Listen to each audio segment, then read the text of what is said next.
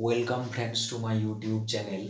Now on yesterday's lecture I have discussed about few heat capacity relations and other problems related to Maxwell's equations. Now in today's lecture I shall going to discuss the latent heat equations. Okay, latent heat equations. Now, at first, we have to know what is latent heat equation and what is usually mean. Now, we all know that latent heat equations deals with the melting and boiling points of solids and liquids with the change in pressure. Okay, so this equation deals with the changes in melting and boiling points of solids and liquids. Okay, this equation deals with the changes in melting and boiling points of solids and liquids with the change in pressure. With the change in pressure. So we have to derive the equation. So we use Maxwell's relation. Okay, so we use the relation del P del T volume constant. This is equals to del S del V temperature constant. Okay, now if we do it T multiplied by 1 by T, then we can write this. Okay, now what is T del S? We all know del Q, so we can write this equation in this way. Okay, del P del T volume constant, this equals to 1 upon T del Q del V temperature constant. Okay, now if we take unit mass of substance that undergoes the change of state. Okay, unit mass of substance that undergoes the change of state, and L is the latent heat for this change, then what we can write? Okay, so if unit mass of substance undergoes the change of state and L is the latent heat for this change, then what we can write?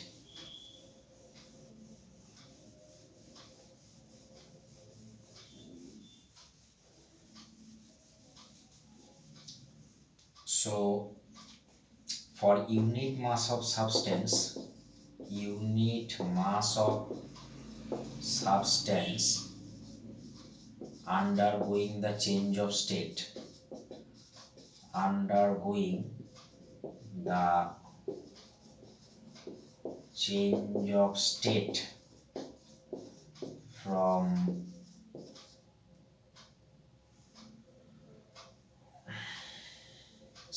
you say that unit mass of substance undergoes the change of state, and if L is the latent heat for this change, then what we can write? We know the formula del Q equals to ml, but here we consider unit mass, that means 1 into L, so we can write del Q as L. Okay, and what we can write? We can write del V, this equals to V2 minus V1, where V1 and V2, these are called specific volumes. Why? Because we consider unit mass of substance, then we have to consider this volume as specific volume. So here V1 and V2 are the specific volumes in initial and final state. Okay, V1 and V2 are specific volumes in initial and final state respectively. Okay, so this we can write by considering the substance to be a unit mass. Okay, so substituting these quantities, what the equation becomes, if we substitute these values, then what the equation becomes. Okay, so after substituting these values, this equation becomes, we can write del P del T volume constant in this way also, dp dt. Okay, this becomes L this by T into V2 minus V1. So this represents the first latent heat equation, or more commonly it is known as Clausius-Clapeyron equation. Okay, this is called first latent heat equation. Okay, or you can say Clausius-Clapeyron equation. Okay, this is called Clausius-Clapeyron equation. Okay,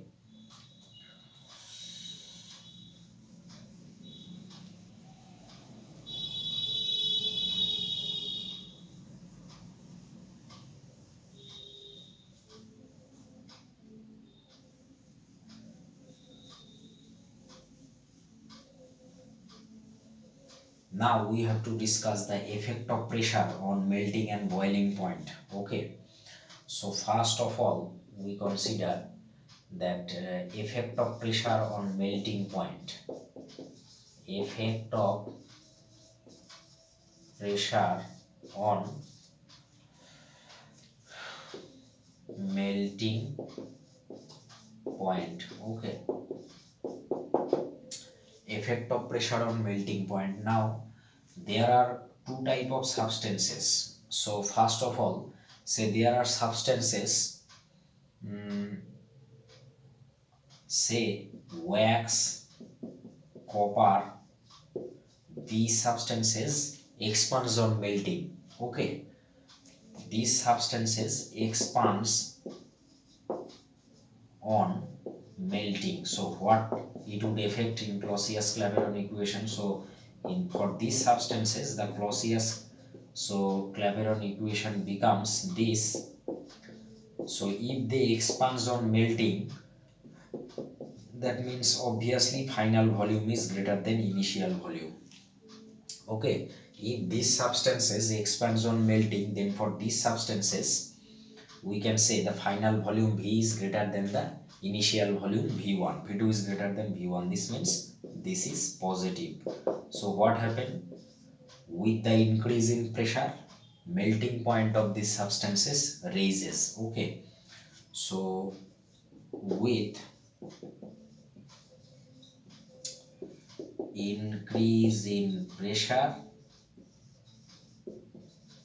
melting point of such substances increases. Okay, so this is one possibility, that for wax, copper, etc., they expands on melting, that is final volume is greater than the initial volume, and for these substances with increasing pressure, the melting point, that means dt increases. Okay, now there are certain substances for which reverse phenomena takes place. What? So let us explain.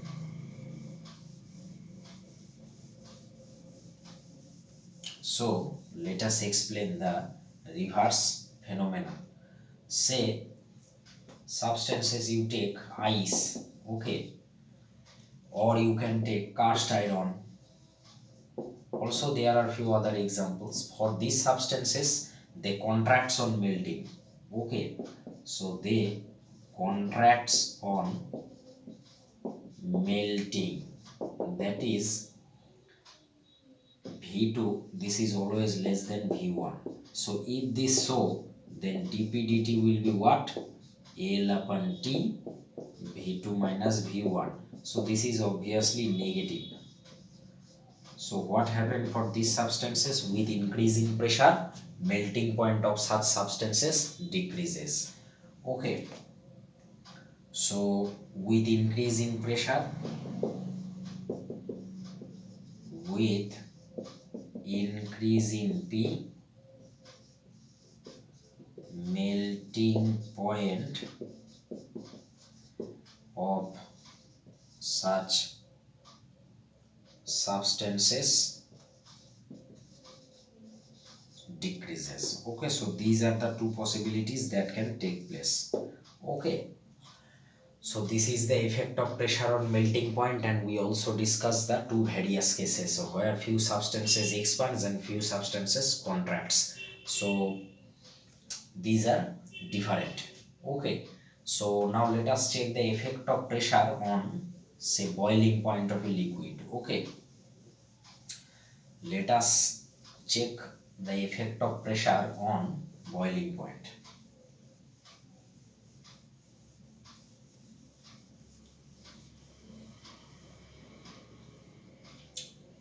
So effect of pressure on, say, boiling point. Okay, now in case of a liquid, we all know that a liquid always expands on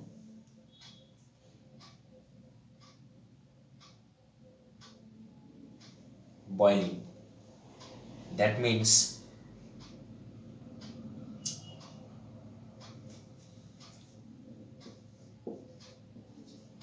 or you can say, when a liquid is transformed into vapor, it always expands. Okay, so for a liquid, or you can say, no, you can say when a liquid is converted into vapor, say, if you give a heat to a liquid and it is converted into vapor, so it always expands in volume. So when a liquid is converted to, say, vapor,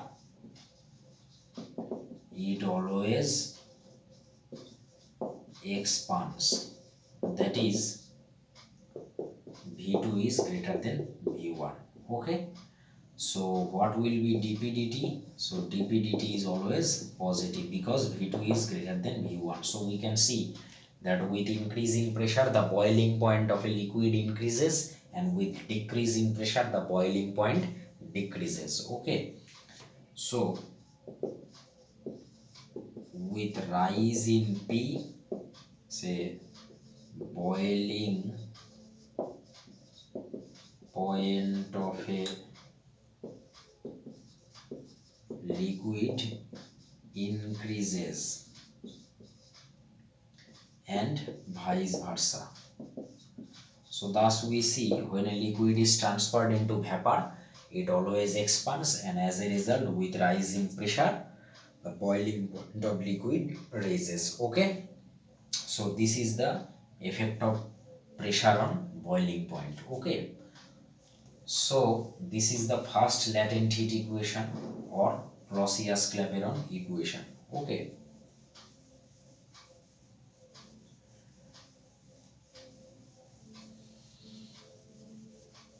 now let us do the second latent heat equation. Okay, so second latent heat equation. Now, from second law of thermodynamics, we all know that ds, this equals to dq upon t. Okay, we have to start from second law of thermodynamics. Now, if we take that unit mass of substance undergoes the change of state from liquid to vapor, say, unit mass undergoes the change of state from liquid to vapor. Suppose you say from liquid to vapor. So latent heat of vaporization comes into play. And since we consider unit mass of substance, what would be the latent heat of vaporization? M into L. What is M? M we consider 1, that means L. What is L? Latent heat of vaporization. Okay. L is latent heat of vaporization.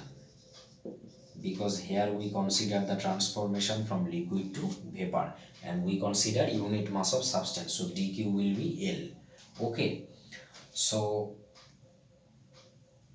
we put dq equal to L, so we have to put ds, this equals to S2 minus S1. Okay, so what will be S2 and S1? Entropies in liquid and vapor state. Okay, entropies, S1 represents the entropy in liquid state and S2 represents the entropy in vapor state. We can write it. Okay, final minus initial. Now if we differentiate this expression with respect to t, then what we get? We get this. So this is simply 1 by t dl dt minus L by t square. Okay, 1 by t dl dt minus L by t square. Okay, so if we multiply this equation by t, so we get what? This minus t ds1 dt. This is simply dl dt minus L by t. Okay, now what is this? This is simply, we can write C2, that is